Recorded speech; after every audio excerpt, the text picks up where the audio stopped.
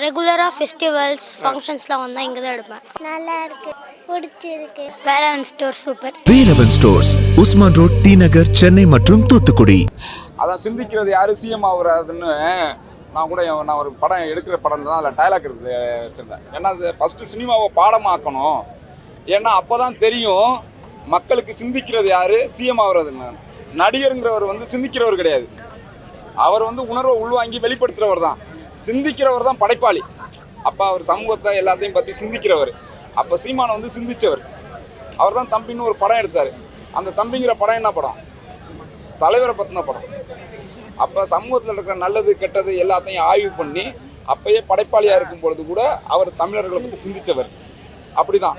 அதே மாதிரி அவர் களத்தில் இருந்து போராடி அரசியலை வந்து சினிமாவில் சொல்கிறதுக்கு வந்தவர். அப்படி தான் வந்தார். அது மாதிரி தான் திருமுருகனும் அரசியலில் களத்தில் செயல்பாடு பண்ணிட்டு அரசியலை சினிமாவில் சொல்கிறதுக்கு வந்தோம். மணிவண்ணன் சார் அப்படி தான் வந்தார், பாரதிராஜா சார் அப்படி தான் வந்தார், இளையராஜா சார் அப்படி தான் வந்தார்.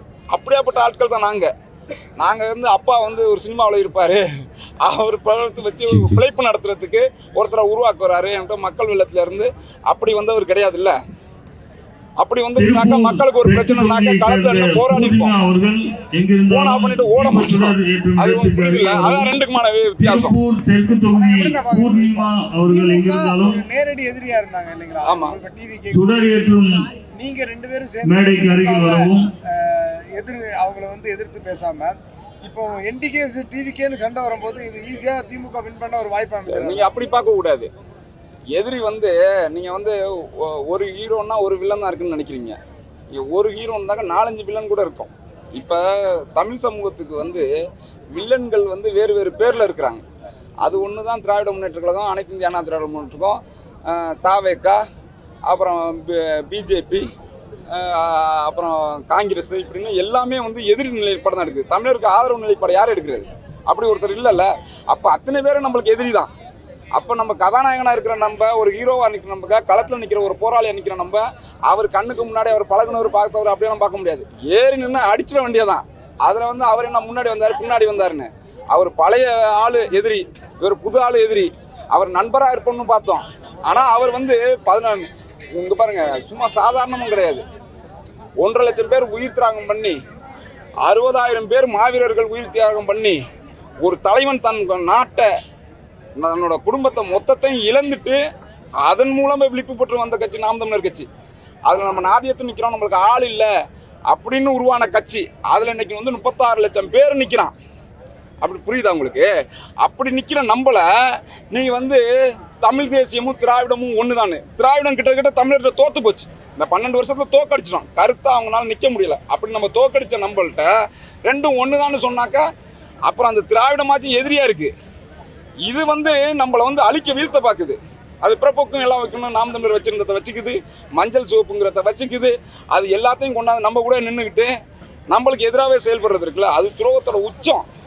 அதை வீழ்த்திடணும். அதனால தான் வீழ்த்தணும், வேற ஒன்றும் கிடையாது. நம்மளுக்கு நான் தனிப்பட்ட கோயில், நீ கருத்து ரீதியாக கரெக்டாக இருந்தாக்க உன்னை நண்பனை தான் பார்த்துருப்போம். நீ பகைவனோட உச்சமாக இருக்கிற, அதனால உன்னை பகைவனை பார்க்குறோம், வேற ஒன்றும் கிடையாது. நன்றி நன்றி. அது என்னடா இத்தனை ஆண்டுகள் இல்லாத சட்ட நாள் புடுங்கின நாள், என்னடா இத்தனை நாள் இல்லாத, இத்தனை ஆண்டுகள் இல்லாத சீமானும் அவன் தம்பிரங்கைகளும் எழுச்சியுற்று தமிழ் தேசிய அரசியல் தமிழர் நிலத்தில் தவிர்க்க முடியாத ஒரு பேராக்களாக எழுச்சி வருவதை பார்த்து எங்கள் தலைவன் பிறந்த நாளை செய்திருப்பார். சட்ட நாள் என்றால் எப்படி? இத்தனை நாள் என்ன நல்லது?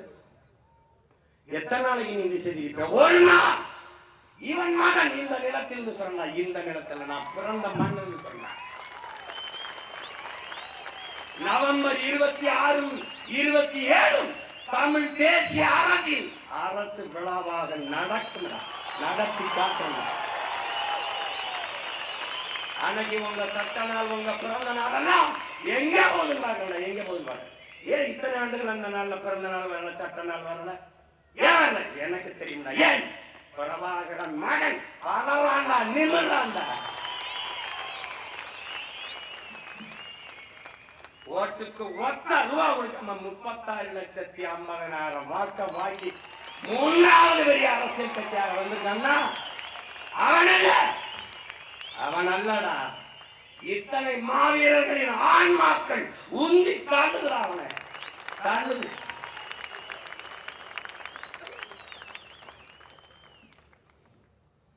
சோர்ந்துருவானோ, அண்ணன் தளர்ந்துருவானோ, மன துளைச்சலுக்கு ஆளாயிருவானோன்னு நினைக்கிறாங்கடா என் தங்கச்சி. செத்த தங்கச்சி, செத்த தம்பி அண்ணங்க இன்னும் மிச்ச பேருக்கெல்லாம் அடிக்கிறான். ஒரு தங்கச்சி அடிக்கிறாடா சுவிஸ்ல இருந்து. என்னப்பா அண்ணா, நீ சுதந்திராத அண்ணா, நீ கவலைப்பட்டாத, துவன்றாத, பாட்டுக்கு போயிட்டு நீ பாட்டுக்கு போ அண்ணா. நீ உன்னை பார்க்காத செத்த மாவீரன் நிறைய இருக்கான். உன்னை பார்த்து செத்தவர்கள்ல அவன் ஆன்மா உன்னை கைவிடாதல்ல அண்ணா, உன் கூட வரும், நீ போ, நீ தைரியமா போ என்ற. நீ எழுதி வை, 2026 தேர்தலுக்கு பிறகு நம்மை விட அதிகமாக பிரபாகரன் என்றும் தமிழீழம் என்றும் விடுதலை புலிகள் என்றும் இவர்கள் உச்சரிப்பார்கள். நான் உச்சரிக்க பார்ப்பேன். நாம் மரம் மாநாடு என்றால் சிரிப்பார்கள். அரங்கிற்குள்ளே அலையாத்தி காடுகள் மாநாடு என்பார்கள். நான் மேய்ச்சல் நிலம் மாடு ஆடு என்றால் சிரிப்பார்கள். மறுபடியும் அரங்குக்குள்ளே ஆடு மாடு வளர்த்தல் வருமானம், அது வந்து செல்வம், கால்நடைகள் பராமரிப்பு எல்லாம் நடத்துவார்கள்.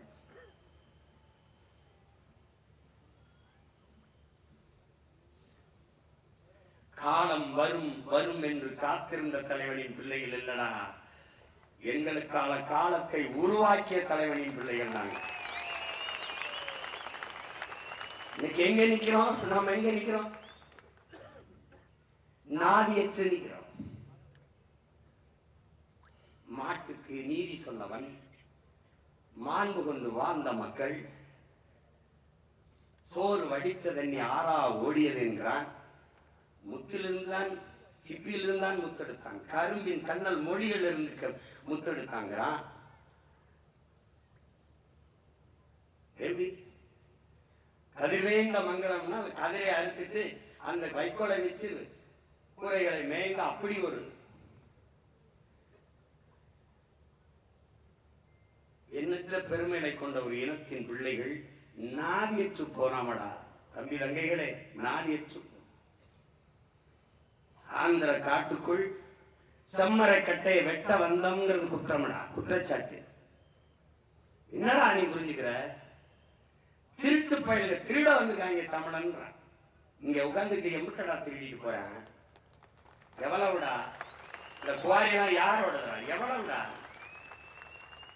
வெட்ட வந்தால் நீ கைது செய், சிறைப்படுத்து. அதான் நீ செஞ்சிருக்கணும் இந்த நாட்டுல. எவ்வளவு சுட்டு போட்டான செம்மர் கட்டை வெட்டும் போது காட்சி கடா சான்றுங்கா? இத்தனை கேள்விகளை எவன் கேட்டான் இந்த நிலத்திலே?